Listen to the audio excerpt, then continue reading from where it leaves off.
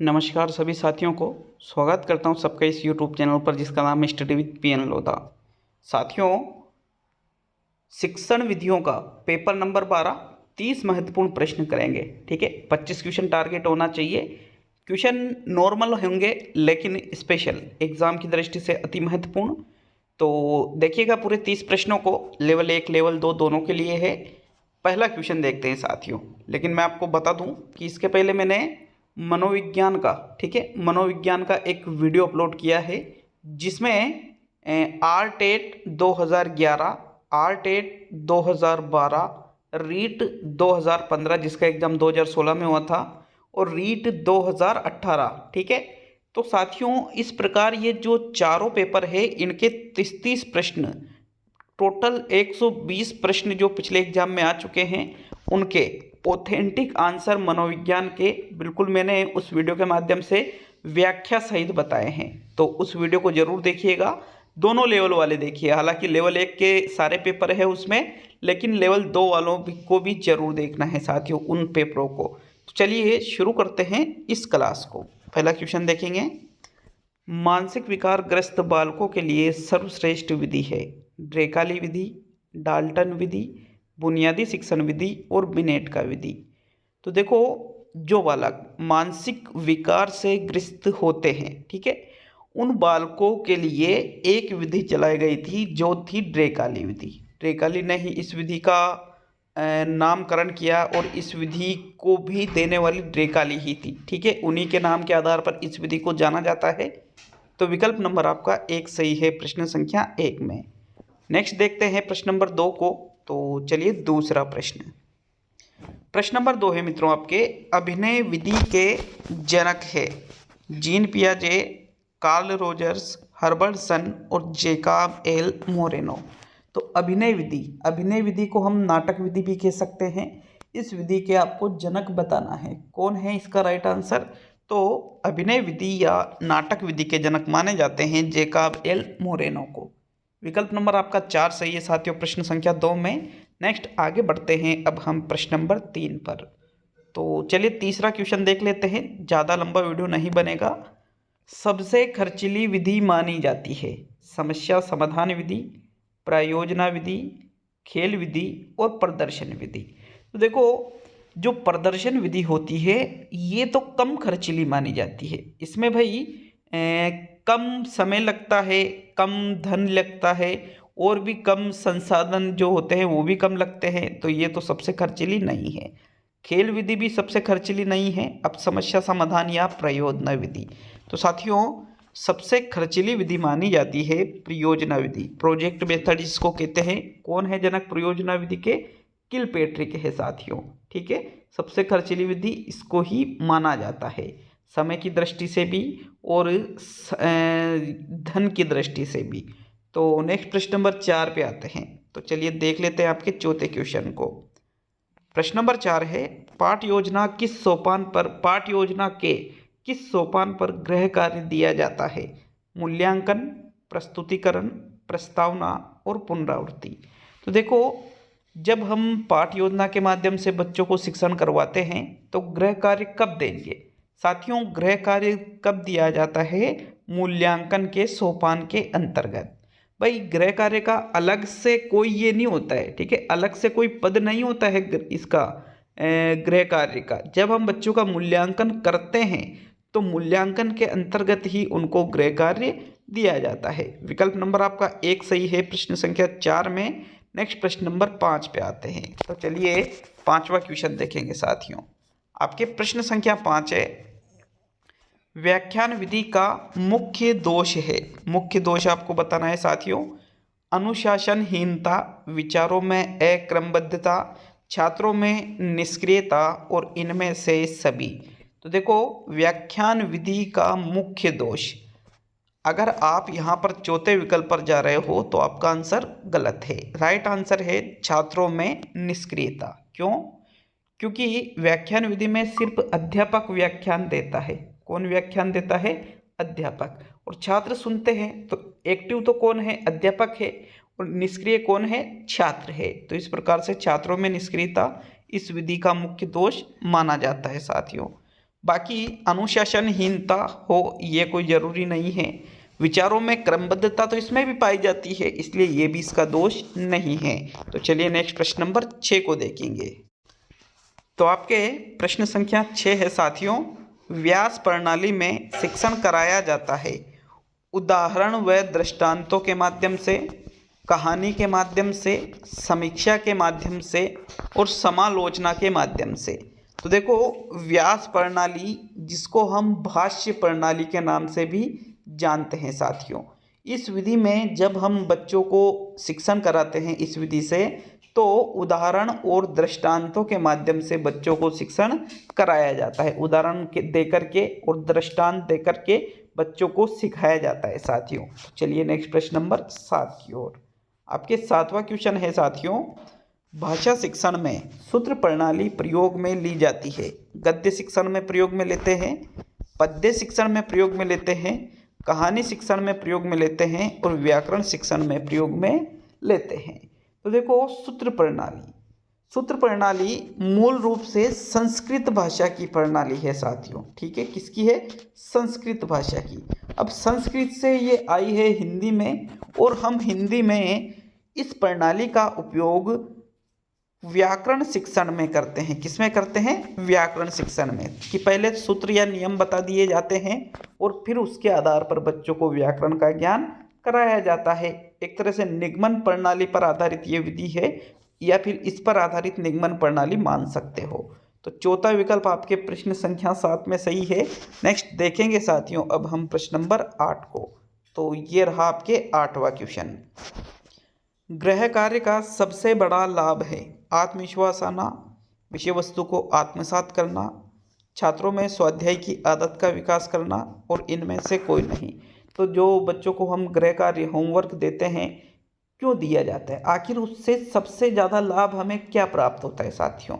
तो इसका जो राइट आंसर है कि भाई गृह कार्य का सबसे बड़ा लाभ ये होता है कि इससे छात्रों में स्वाध्याय की आदत का विकास हो जाता है। स्वाध्याय मतलब खुद ही अध्ययन करना। जब हम बच्चों को गृह कार्य देंगे तो धीरे धीरे स्वाध्याय की आदत उनमें विकसित होती जाएगी साथियों। इसलिए तो होमवर्क दिया जाता है। नहीं तो जो छोटे बच्चे होते हैं, अगर आप उनको होमवर्क नहीं दोगे तो घर पे बिल्कुल भी पढ़ाई नहीं करते हैं। लेकिन अगर आपने उनको गृह कार्य दे दिया तो फिर गृह कार्य उनको एक तरह से यूँ मान सकते हो कि फिर ये सोचते हैं कि यार सुबह चलेंगे स्कूल तो गुरुजी गृह कार्य चेक करेंगे। तो गृह कार्य करना उनका मतलब एक तरह से डर भी कह सकते हो, या फिर उत्तरदायित्व की भावना, या फिर कुछ भी कह सकते हो। लेकिन इसके माध्यम से बच्चे घर पे भी पढ़ाई करते हैं, छोटे छोटे बच्चे।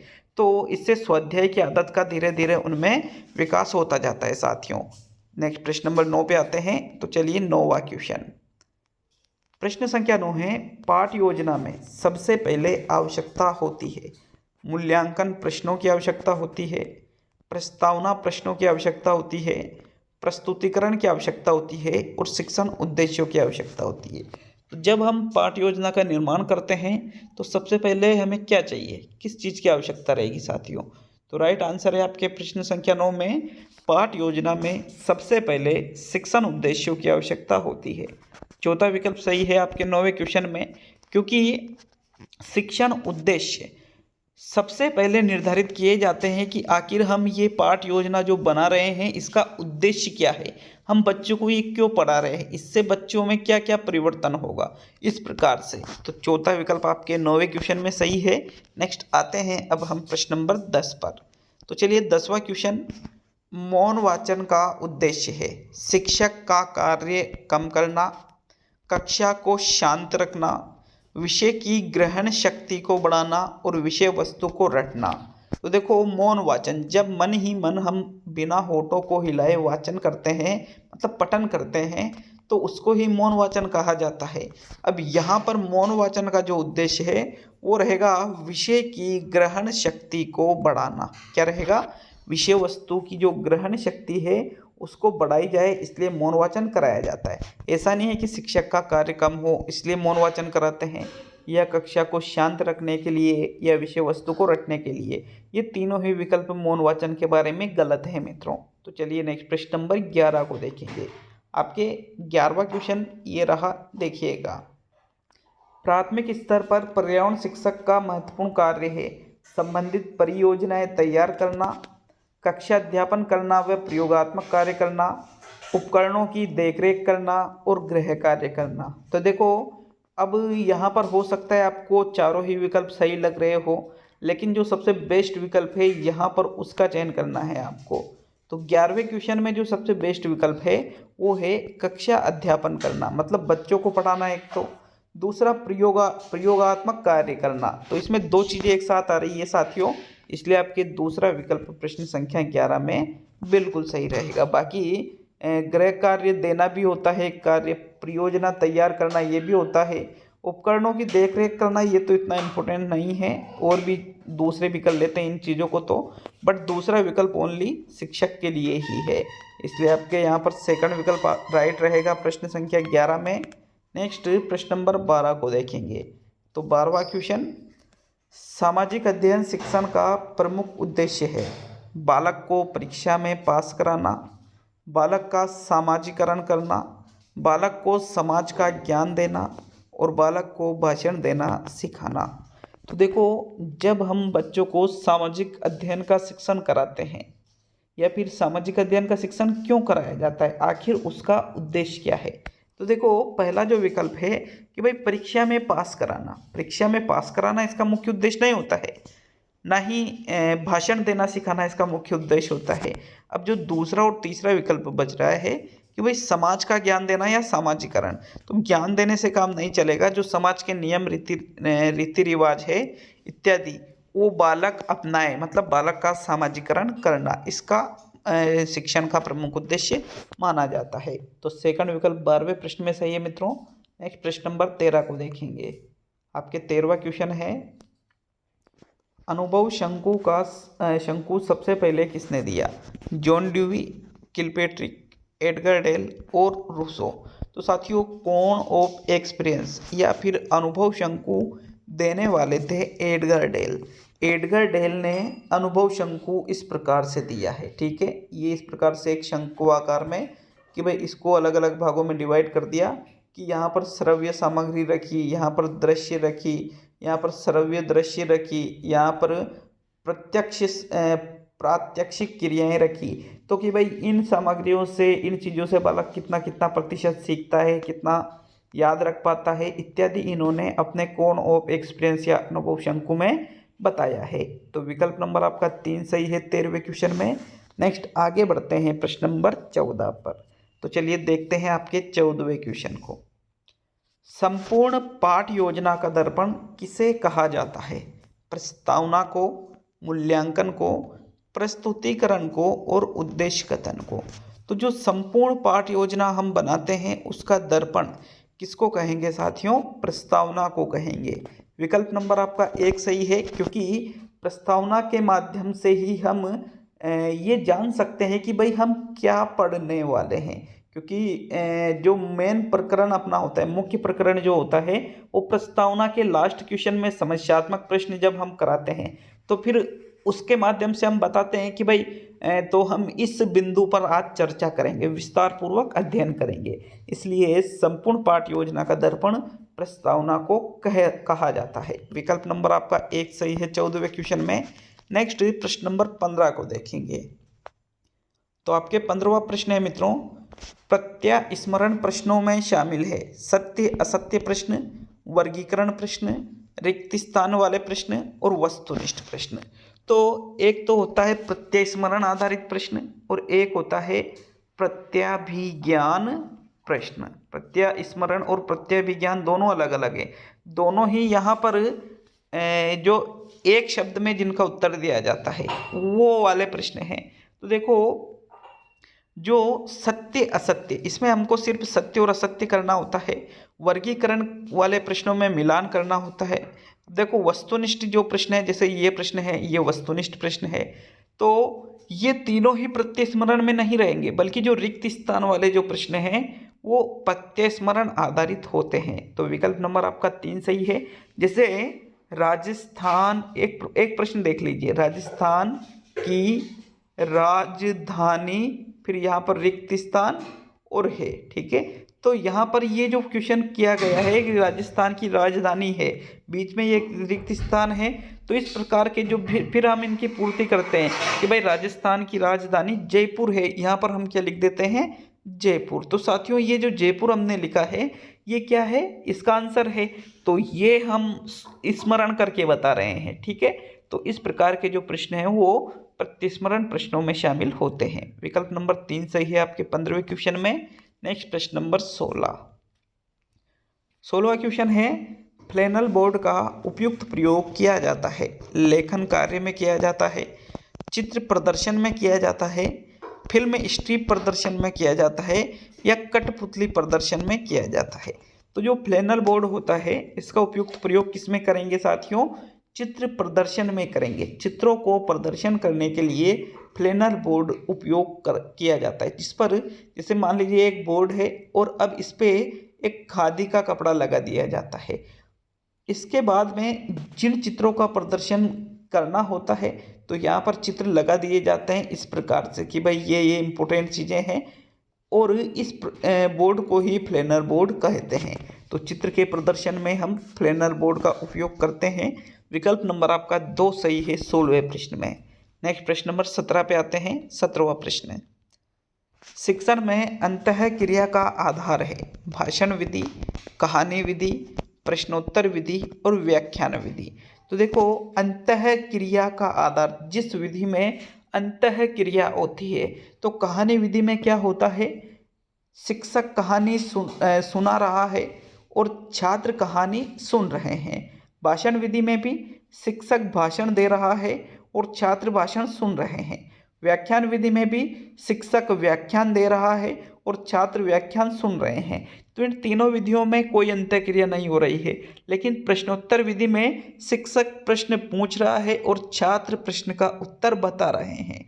तो फिर इस प्रकार से जो प्रश्नोत्तर विधि होती है इसमें अंतःक्रिया होती है शिक्षक और छात्र के मध्य। विकल्प नंबर आपका 3 सही है प्रश्न नंबर 17 में। नेक्स्ट प्रश्न नंबर 18 को देखेंगे। चलिए 18वें प्रश्न की ओर। हर्बर्टसन ने शिक्षण विधि का निर्माण किया, प्रयोगशाला विधि का निर्माण किया, तुलनात्मक विधि का निर्माण किया, प्रादेशिक विधि का निर्माण किया और इकाई विधि का निर्माण किया। तो देखिए हर्बर्टसन का नाम सभी ने सुन ही रखा होगा। इन्होंने जिस शिक्षण विधि का निर्माण किया था साथियों, उस शिक्षण विधि को हम जानते हैं प्रादेशिक विधि के नाम से। प्रादेशिक विधि किसके द्वारा दी गई थी, हर्बर्टसन के द्वारा दी गई थी। तो विकल्प नंबर आपका 3 सही है 18वें क्वेश्चन में। नेक्स्ट प्रश्न नंबर 19 पे आते हैं। तो देखिएगा 19वें प्रश्न को। आपके प्रश्न संख्या 19 है, संपूर्ण से अंश की ओर शिक्षण सूत्र का आधार है अनुबंधवाद, व्यवहारवाद, प्रयोजनवाद और गेस्टाल्टवाद। तो जो हम संपूर्ण से अंश की ओर शिक्षण सूत्र का पालन करके बच्चों को शिक्षण करवाते हैं, उस शिक्षण सूत्र का आधार यहाँ पर आपसे पूछा जा रहा है कि भाई इसका आधार क्या है। तो 19वें क्वेश्चन में जो राइट आंसर है, संपूर्ण से अंश की ओर जो शिक्षण सूत्र होता है इसका आधार है गेस्टाल्टवाद। गेस्टाल्टवाद में क्या होता है साथियों, संपूर्ण चीज का अवलोकन किया जाता है, ठीक है। समस्या को संपूर्ण रूप से जो प्रयोजन करता है, मतलब जो अधिगम करता है उसके सम्मुख रखा जाता है।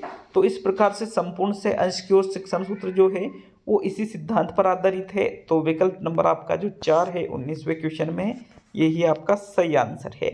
चलिए देख लेते हैं आपके 20वें प्रश्न को। तो 20वां क्वेश्चन है आपके, प्राप्य उद्देश्यों से अभिप्राय है शिक्षण कौशलों में परिवर्तन, शिक्षण विधियों में परिवर्तन, शिक्षण में परिवर्तन और व्यवहारगत परिवर्तन। तो जो प्राप्य उद्देश्य होते हैं, प्राप्य उद्देश्य का मतलब वह उद्देश्य जिनको हम एक कक्ष में ही प्राप्त कर ले उनको कहा जाता है प्राप्य उद्देश्य। तो साथियों जैसे यहाँ पर ज्ञानात्मक, भावात्मक, कौशलात्मक, अभिवृत्त्यात्मक, रोचात्मक, इस प्रकार के जो उद्देश्य है वो प्राप्य उद्देश्य कहलाते हैं। तो इनसे ही व्यवहारगत परिवर्तन होता है। जब हम पाठ्य योजना बनाते हैं तो इस प्रकार आप सभी ने लिख रखा होगा कि ज्ञानात्मक उद्देश्य, छात्र इसका परिभाषित कर सकेंगे इस प्रकार से। भावात्मक उद्देश्य लिखा होगा, कौशलात्मक उद्देश्य लिखा होगा, अभिरुच्यात्मक उद्देश्य लिखा होगा, अवबोधात्मक उद्देश्य लिखा होगा। तो साथियों इस प्रकार से तो ये व्यवहारगत परिवर्तन होता है, इसका अर्थ।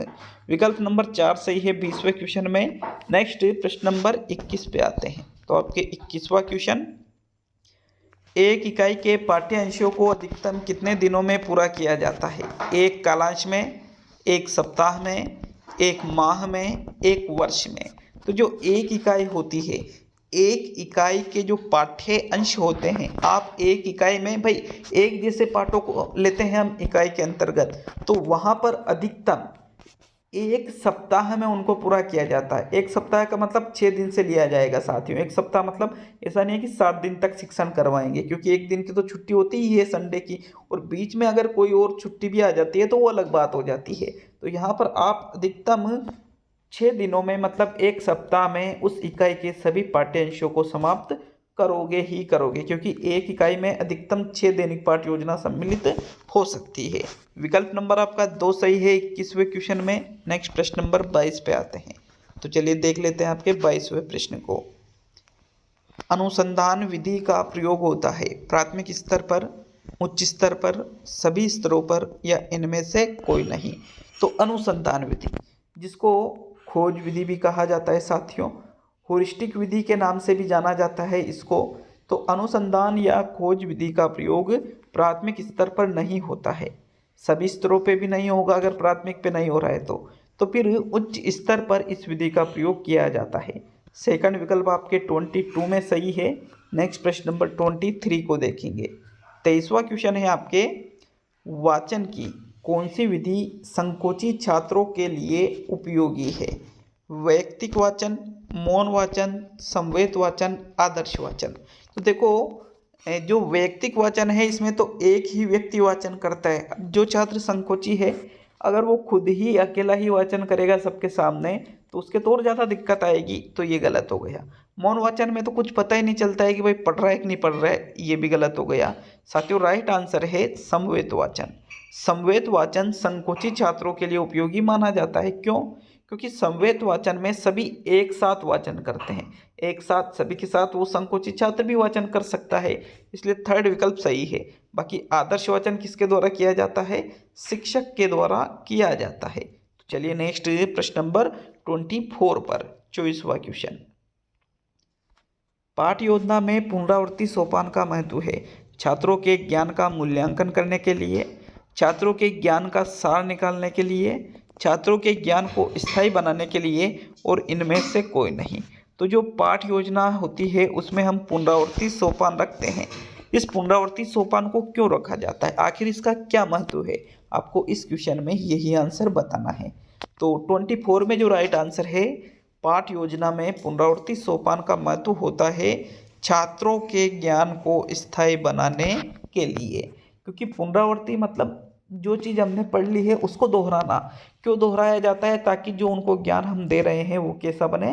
स्थायी बने साथियों। विकल्प नंबर आपका 3 सही है 24 में। नेक्स्ट प्रश्न नंबर 25 पे आते हैं। 25वां क्वेश्चन देखेंगे, प्रश्न नंबर 25। साथियों 25वां क्वेश्चन है आपके, करके सीखना सिद्धांत किस विधि पर आधारित है? प्रयोगात्मक विधि पर, तुलनात्मक विधि पर, प्रादेशिक विधि पर, और इकाई विधि पर।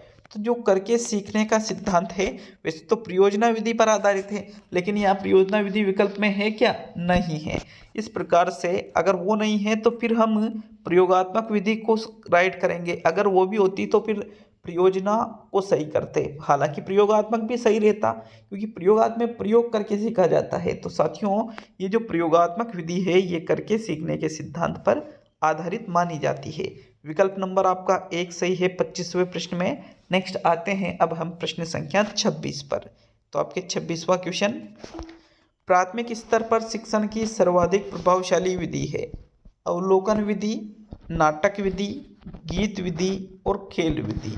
तो देखो प्राथमिक स्तर की बात की जा रही है तो शिक्षण की जो सर्वाधिक प्रभावशाली विधि मानी जाती है वो है आपके खेल विधि को शिक्षण की सर्वाधिक प्रभावशाली विधि प्राथमिक स्तर पर मानी जाती है, क्योंकि खेल विधि के माध्यम से बालकों का सर्वांगीण विकास होता है, ऐसा माना जाता है साथियों। विकल्प नंबर आपका जो 4 है प्रश्न 26 में वो ही सही आंसर है। नेक्स्ट प्रश्न नंबर 27 को देखेंगे, प्रश्नावली के कितने प्रकार होते हैं? तो प्रश्नावली के प्रकारों की बात की जा रही है। कितने प्रकार होते हैं? 4 प्रकार होते हैं। एक तो होता है खुली प्रश्नावली, पहला प्रकार।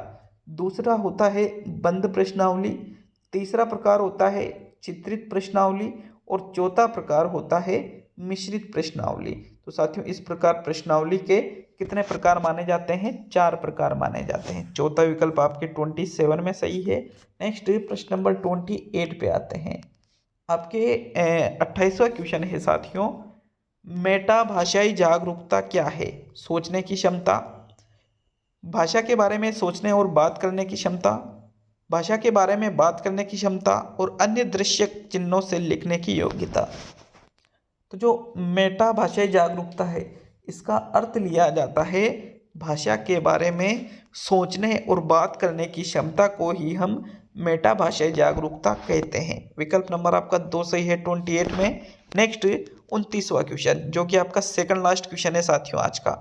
लेकिन वापस बता दूं कि आर्ट और रीट के 2011 और 2012, 2015 और 2017 का जो एग्ज़ाम था, उन पेपरों को एक बार अवश्य देखिएगा साथियों। एक ही वीडियो में 120 क्वेश्चन कराए मैंने मनोविज्ञान के, वो भी ऑथेंटिक आंसर की से। ठीक है। सतत और व्यापक मूल्यांकन का उद्देश्य है बच्चों की कमियां जानना, यह जानना कि बच्चों ने कितना सीखा, छात्रों को उत्तीर्ण अनुत्तीर्ण श्रेणी में रखना और छात्रों की शिक्षण प्रक्रिया को जानना, समझना व सुधार करना। तो देखो, कमियां जानना भी भाई निदानात्मक शिक्षण है। यह जानना कि बच्चों ने कितना सीखा ये भी हो सकता है। उत्तीर्ण अनुत्तीर्ण श्रेणी में रखना ये तो गलत है। बट यहाँ पर जो चौथा विकल्प है, छात्रों की शिक्षण प्रक्रिया को जानना, समझना और सुधार करना, ये सबसे बेस्ट विकल्प है साथियों। तो आपके विकल्प नंबर 4 सही है 29वें क्वेश्चन में। अब आज का अंतिम और 30वां क्वेश्चन। लेकिन लास्ट में बोल रहा हूँ, वीडियो अच्छा लगता है तो वीडियो को एक लाइक ज़रूर कीजिएगा, वीडियो को शेयर कीजिए साथियों, और चैनल पर नए हो तो चैनल को सब्सक्राइब करके हमें मोटिवेट जरूर कीजिएगा। तो चलिए देख लेते हैं आपके 30वें प्रश्न को। शिक्षण प्रक्रिया में निम्न में से किसका भली प्रकार से ध्यान रखना चाहिए? छात्रों की सक्रिय सहभागिता का, अनुशासन और नियमित उपस्थिति का, गृह कार्य की जांच में लग्न का और विषय वस्तु का कठिनाई स्तर। तो देखो, जब शिक्षण प्रक्रिया होती है तो फिर हमें छात्रों की सक्रिय सहभागिता का ध्यान सबसे ज़्यादा रखना चाहिए, क्योंकि छात्र सक्रिय रहेंगे, एक्टिव रहेंगे तो अच्छी तरह से सीखेंगे। इसलिए आपके प्रथम विकल्प 30वें क्वेश्चन में सही है साथियों। तो ये था आज का टेस्ट। कैसा लगा हमें कमेंट करके ज़रूर बताएं, और किसी भी प्रश्न में डाउट हो तो उसके लिए भी आप कमेंट कर सकते हो। ठीक है, मिलते हैं अब अगले वीडियो में। सभी का बहुत बहुत धन्यवाद साथियों।